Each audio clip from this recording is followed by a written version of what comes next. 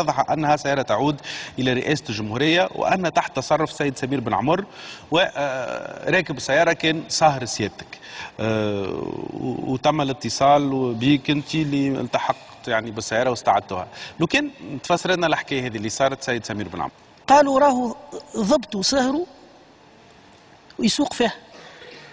طيب هنا وقفوا عند ويل للمصلين، خاطر السهري وقت اللي وقع ضبطه كي سألوه قال لهم راني أنا السيارة هذه نسوق فيها، راني ما أعلمتش المعني بالأمر، وراهو من وراه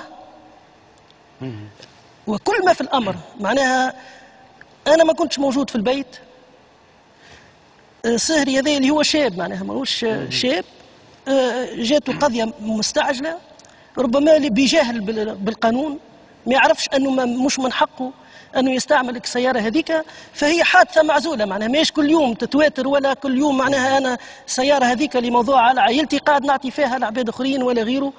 يعني كي خذا السيارة معناها على حسن نية، وفي الأخير معناها يعني كي طلبوني قالوا لي راهو سيارة راهو يسوق فيها واحد من أقاربك، فمشيت استرجعتها لا أكثر ولا أقل. يعني هي حكاية بسيطة تنجم تقع عند أي شخص منا. أما نحب نقول لهم راهو الأستاذ سمير بن عمر يقطن الآن في شقة متواضعة في حي شعبي.